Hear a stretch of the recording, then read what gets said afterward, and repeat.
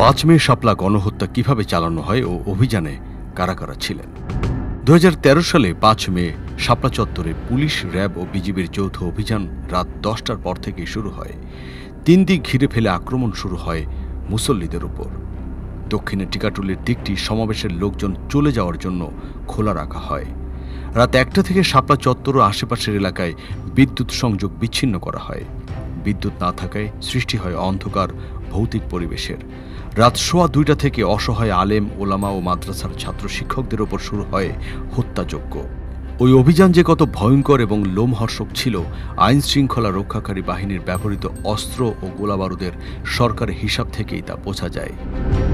স্বরাষ্ট্র মন্ত্রণালয়ের হিসাবে 5 মে 2013 এর অপারেশনে 1.5 লক্ষাধিক গোলাবারুদ ব্যবহৃত হয়। এর মধ্যে ছিল 80,000 টিয়ার শেল, 60,000 রাবার বুলেট, 5,000 শটগানের গুলি এবং 12,000 রাউন্ড গ্রেনেড। পিস্তল ও রিভলভার জাতীয় ক্ষুদ্র অস্ত্র এবং এলএমজি, এসএমজি, চাইনিজ রাইফেলের 300 রাউন্ড গুলিও ব্যবহৃত হয় ওই অপারেশনে। এর পাশাপাশি আওয়ামী ক্যাডারদের অস্ত্রবাজিও ছিল উল্লেখ করার মতো। অভিযানে পুলিশের 5,712 জন, র্যাবের 1,300 জন এবং বিজিবির 576 জন সদস্য অংশ নেয়। এর বাইরে বিজিবির 10 প্লাটুন সদস্য ছাড়াও এপিবিএন এবং র্যাব পুলিশের বিপুল সংখ্যক সদস্যকে স্ট্রাইকিং ফোর্স হিসেবে রাখা হয়। শাপলা চত্বরের গণহত্যার মাস্টারমাইন্ড ছিলেন পালিয়ে যাওয়া ক্ষমতাচ্যুত প্রধানমন্ত্রী শেখ হাসিনা স্বয়ং। তার সরাসরি নির্দেশেই সেদিনের গণহত্যার ছক তৈরি করেছিলেন তৎকালীন ডিএমপি কমিশনার বেনজির আহমেদ।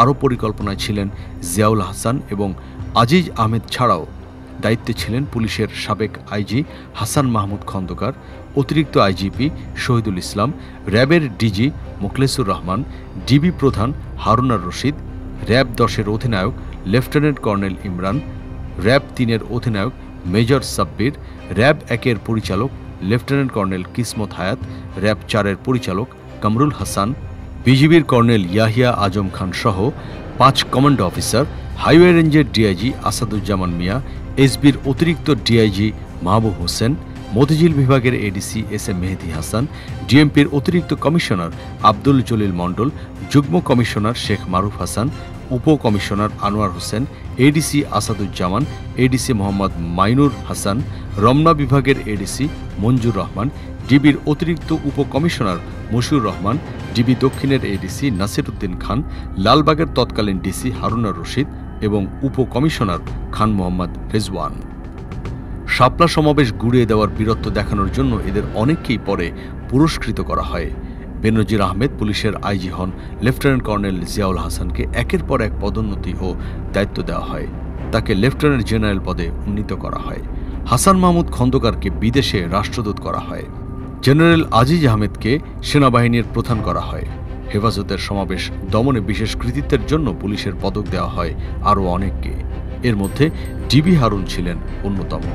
এই ডিবি হারুনই লালবাগ মাদ্রাসা হেফাজতের প্রধান আল্লামা শফি সহ অন্যদের অবরুদ্ধ করে সমাবেশ সমাপ্ত ঘোষণার জন্য চাপ দিতে থাকেন।